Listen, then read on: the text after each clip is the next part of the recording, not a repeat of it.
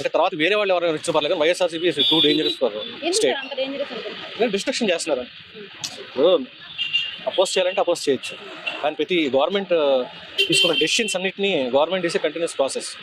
అంతేగాని ప్రతిదాన్ని నేను స్టాప్ చేస్తాను అన్ని ఆపేస్తానంటే కుదరదు. అది కరెక్ట్ కాదు. ఆయన అదే చేశాడు, అందుకని ఓడిపోయాడు. అంటే కొన్నిటిని స్టాప్ చేసిన కొన్నిటిని ఆయన కూడా మొన్న ఏం చేశాడు? ఏం అప్రిషియేట్ చేశాడు? ఇది రావడం చాలా ఆనందంగా. ఇప్పుడు అమర్ రాజా బ్యాటరీస్ తరిమేశారు కదా, నిన్నే ఓపెనింగ్ నేను చూడండి ఒకసారి ఎలా ఉంది.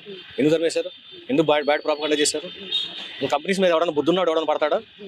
అసలు బుద్ధి జ్ఞానం కొంచెం తెలివి ఉన్నాడు ఎవడన్నా పడతాడా? క్రిస్టియన్స్ వీళ్ళందరూ వెనకేసుకొని వచ్చి గెలిచేద్దాం అనుకుంటాడా? మరి అదే మరి నేను చెప్తున్నా కదా, మా ఆవిడ క్రిస్టియన్, నేను క్రిస్టియన్.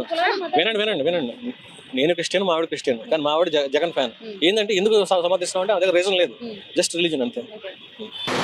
అమరావతి రాజధాని అవడం కానీ ఆల్రెడీ రాజధాని అయిపోయింది, దాని మీద డిస్కషన్ అనవసరం. దీనివల్ల చాలా భారం పడిపోయింది పేద ప్రజల మీద. ఆల్రెడీ ఎక్స్ప్లెయిన్ చేశారు కదా వాళ్ళు, సెల్ఫ్ సస్టైన్డ్ క్యాపిటల్ అని చెప్పారు కదా, ఇంకెందుకు కన్ఫ్యూజన్ చేస్తున్నారంటే వైసీపీ వాళ్ళు. చదువుకోమని చెప్పండి ముందు, అంతే. సెల్ఫ్ సస్టైన్ అని చెప్పారు కదా.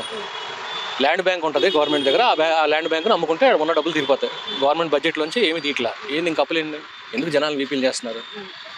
ఆల్రెడీ అయిపోయింది కదా, డిస్కషన్ అయిపోయింది ఆల్రెడీ.